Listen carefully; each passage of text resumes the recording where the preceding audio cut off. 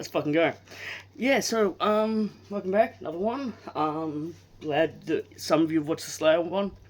I know it might have been a little bit longer, but that's just such a legacy band. There is a lot to take in and talk over, the things I like and don't like. But, no. As you can see, we're in a slightly different part of the house. This is my crap den, as you call it. Posters, movies, crap. Yeah. Get the flags. Oh, I'm gonna figure out a room tour video at some point. I think I might need someone to help me record it, but I'm not really sure. But I want to do a CD update. The first one for the year. This year I am trying to slow down a little bit with the purchasing, because I got MDF coming up. But we're still knocking some bucket list items and some stuff off the CD wish list. But let's go with the first 2025 issue released this year. That being Creator with Crushers of the World. The nice fancy digipack. We got a double CD, we got a live CD as well. Let's just be completely honest, I think this artwork is just a smidge. There's a bit much going on. I think this artwork on the other side is a lot more cooler. But that's just the red, the white, and the black and the red works. It's a nice package. Now the album, I really enjoy it. It's I thought the last one wasn't Gods of Fire. Whatever the last one was a bit too epic, power metal-y. Something was a bit weird. I don't even own that one, weirdly, and I really should pick it up. But this one, I was a little cautious with the singles. Just kind of wanted to wait until it came out to have a full viewing and listening experience. But you know what? I spun it and I really, really liked it. It's not absolutely mind-blowing, but there are some really, really good fucking riffs. I think Death Scream's good, Blood for Blood is good, The Crushers of the World is really anthemic and would be a really good live song. And overall, it's a really strong album. It's really good that Creator are still going strong and have still got a solid fan base, and are still trying to find new things to explore. So the second disc is we got a Crushing Classic set from 85 to 90. This set was filmed on 70,000 Tons of Metal cruise. Let's have a date, not January. Okay, so this live set is fucking good. It rips through some old classics, songs I really never play. Normally I don't give a fuck about live albums, and I've said that, but I really, really like this live album. This is really solid, and I'm glad it got released. Now, the cool part, and the reason I really wanted that set, is because this is a similar set to what they were doing at MDF, and I'm fucking stoked on that. I mean, I'd be happy to see them touring this, but playing the old shit, I'm happy. But they're not playing anything from Endless Pain, which pisses me off still. Okay, so we'll keep with Germany. This is the newest pickup, being Destruction from 2000. I think this was 2001 maybe. With their kind of like a reunion, return to form, kind of like a modern classic. Peter Tägtgren did the 2001, probably 2001 late 2001, maybe early 2002 this came out. This is a ripper of an album, and a really, really beautiful cover and art. I've mentioned I'm late to Destruction, but I'm glad I got into them because I think there's a lot more there's a lot more interesting stuff in the catalogue as the years go on, and this has got some bangers. Thrash Till Death, Nailed to the Cross. This has got a redone of the Curse of the Gods one. It's a really, really fucking solid album. It's a really nice addition. Might have cost me about 55 Aussie dollars. But it's a big fucking digipack, man. It's not fucking, it's like, I see that, it's fucking big. This cunt's fucking huge, but I kind of hope. Oh, Mystic Productions. I'm not really familiar with them. No, couldn't tell you anything about them. But that's maybe Polish, because I think if the IP is PL, it might be Polish. No, so this is a great album. It's a great addition. I'm really, really glad they have redone it. And if I know there's a vinyl reissue as well, but I didn't even know about this because I hadn't seen anything. But this is a banger, and I'm glad to have this. Get to see that at MDF2. Let's go continue with thrash. Got what year was this bad boy? Oh, this is the sort of things I should know. I can't even tell you what year this was originally.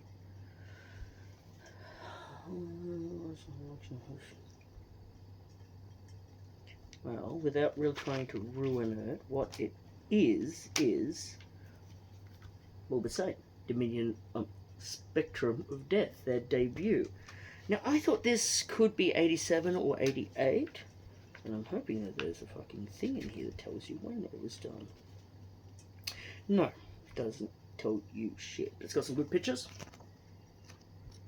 Let's see, these High Roller Records reissues, man, are fucking absolutely just really, really well done. And this is a damn fucking ripping album. From start to finish, it's very, very...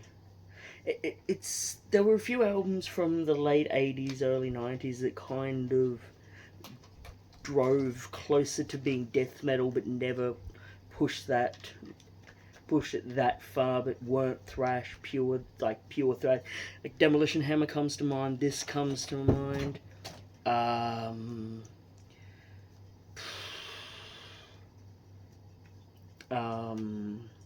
Sorry, I just remembered I did forget an album. We forgot this bad boy. Okay. So, yeah. So I kind of think some of the Slaughter stuff, the Sacrifice stuff, the Slaughter, Strapato one kind of comes to mind. But no, there was a lot of really good stuff around this late era of underground thrash. This is a fucking banger. I know that they had another album that they never really fully released, but they re-released it years later, I think. That's not great. I think they've done 2 reunion albums.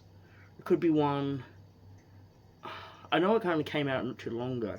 I haven't heard that. I'm a little bit worried because Evil Dead is another band that kind of lump into this really, really, really good late era thrash that's kind of underground, that everybody knows the artwork that's into the scene, but they don't know the music as widely known. So Evil Dead, who are reissuing their first 2 albums,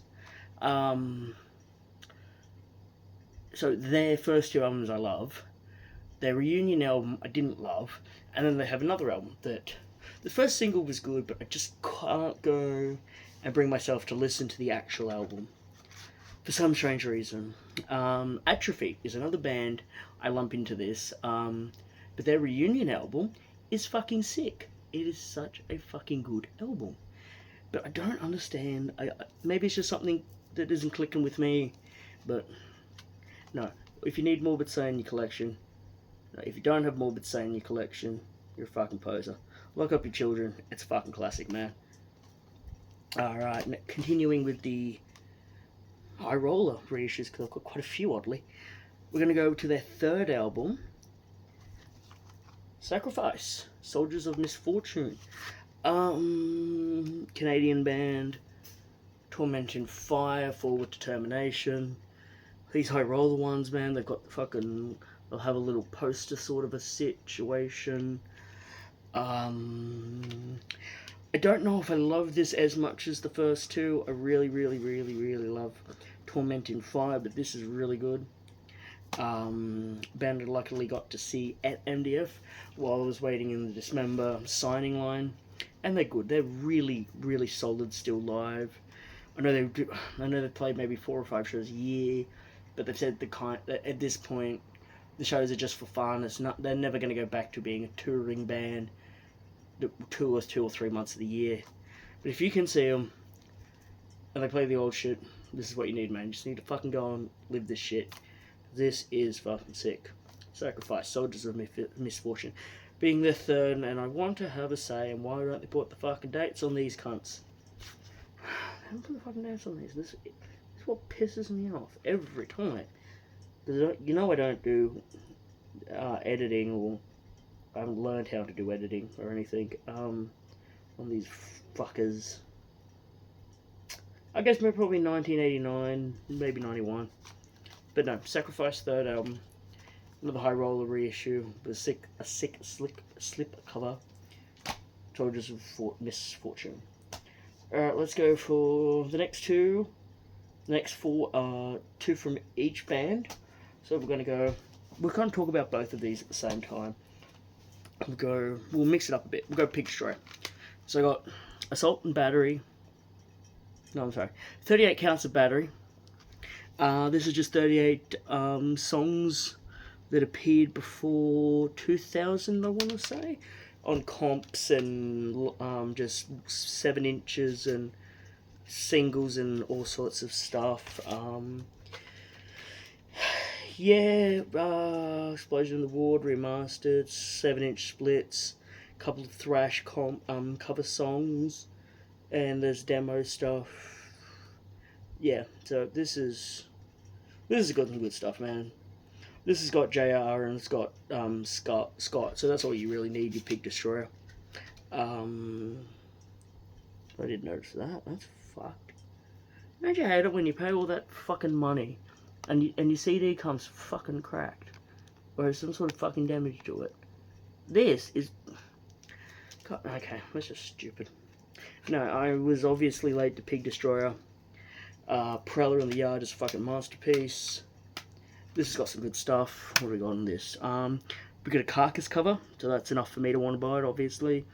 Yeah, so I think this is still really easy to get, but it's a fucking classic band, and it's a really good encapsulation of what their early stuff was. Then we've got a later release.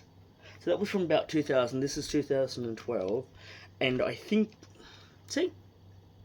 What the fuck?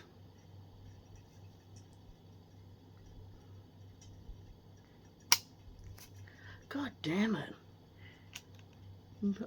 Over here, you're gonna pay $30 fucking a CD most of the time. And I can't even get a fucking one that isn't fucked. I know it's not every goddamn fucking CD I'm buying these days, but it's just becoming a very annoying, bloody... It's driving me nuts. But let's not focus on that or complain about that to my friends later. No, we got Book Burner by Pig Destroyer from 2000...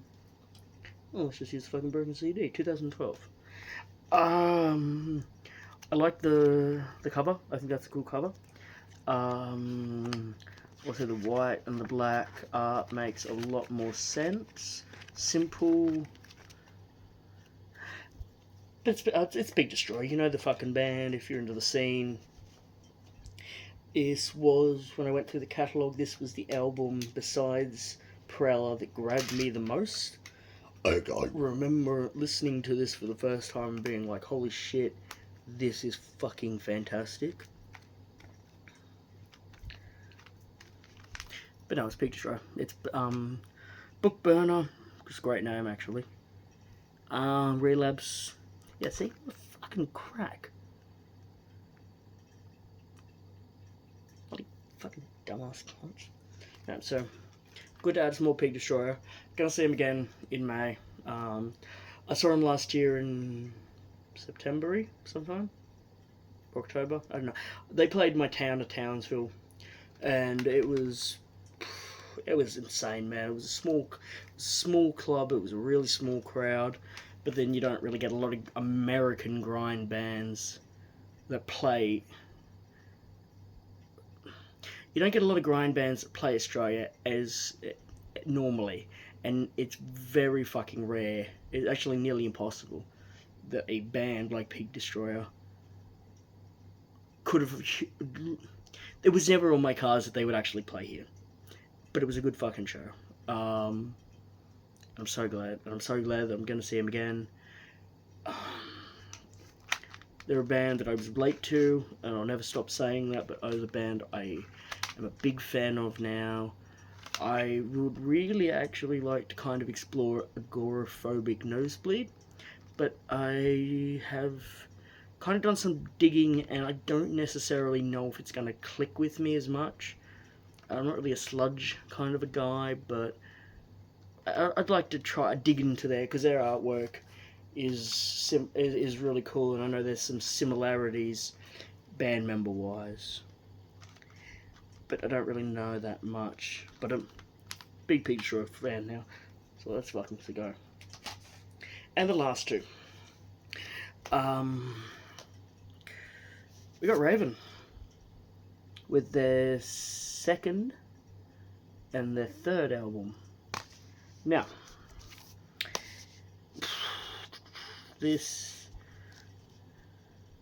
I think Raven, in my opinion, is one of the best bands from the really early heavy metal, speed metal scene.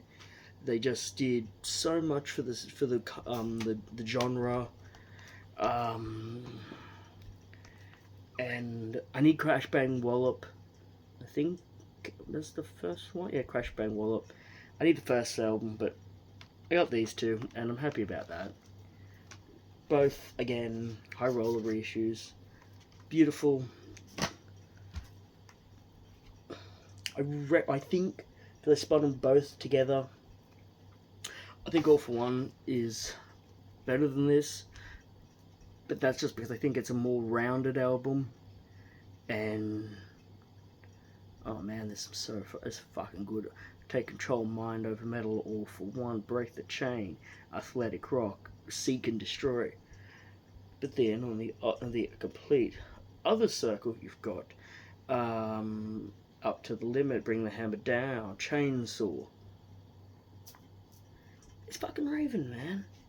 I was actually supposed to go and see Raven.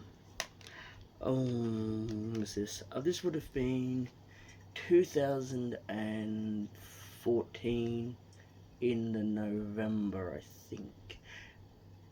But their show in Brisbane got moved around and got cancelled. And then I was gonna, the very same night, I think, down the street probably, Undergang and Miasmatic Necrosis were also playing in Australia.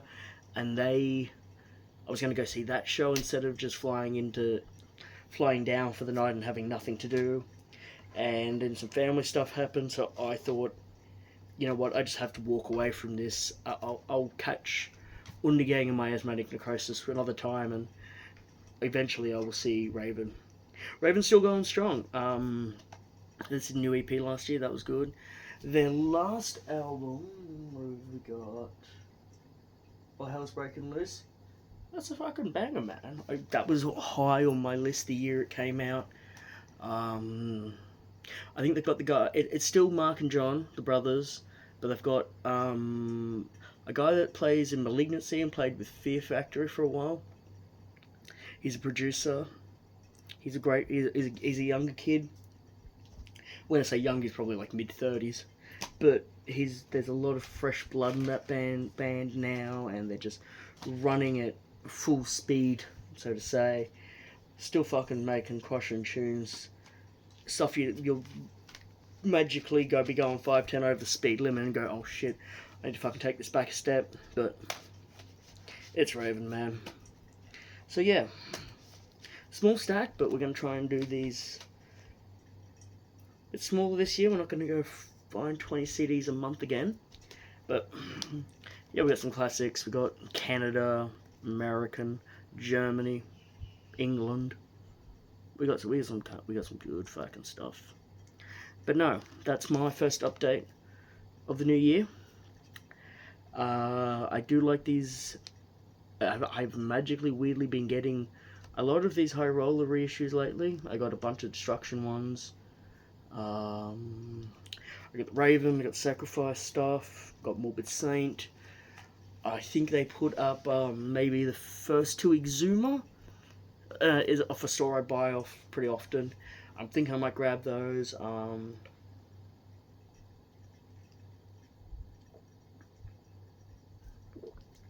But yeah, that's what we've been fucking buying lately. So yeah, stay fucking metal and stay underground, you stupid cunt.